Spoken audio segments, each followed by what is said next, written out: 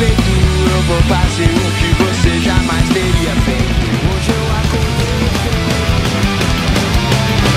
Well, I'm not making hate, so could it be Hastings making me?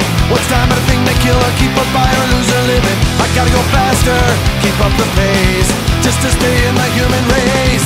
I could go supersonic, the problem's chronic. Tell me, does life exist beyond it? When I need to sate, I just accelerate into oblivion. Into oblivion.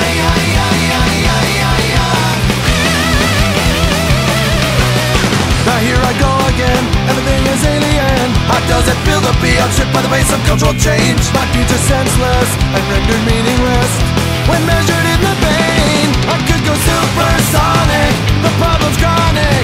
Tell me, does life exist beyond it? When I need to sate, I just accelerate into oblivion. I won't lie, it's exciting when I try to decide things. I just wanna live decently, meaningfully.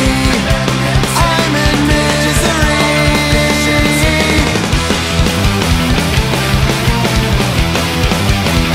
I could go supersonic, the problem's chronic. Tell me.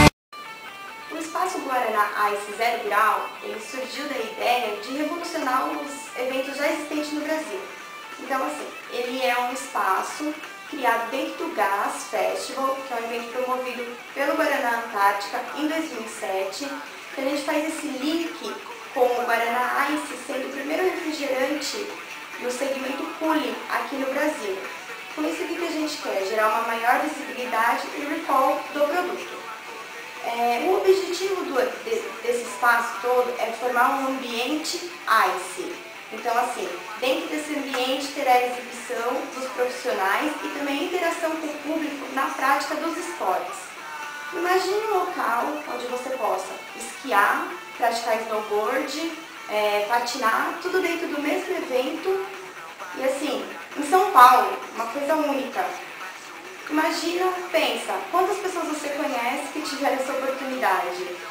Então, assim, com esse evento, sendo o Guaraná Ice, Espaço Zero Grau pioneiro, nós também estamos abrindo um leque para a criação de novos espaços ao decorrer dos festivais GAS. Então, assim, nós podemos agora começar com o Ice e, dependendo da demanda e do lançamento da marca, nós estamos expandindo. Para finalizar, o Zero Grau é um evento ousado, dinâmico, totalmente diferenciado.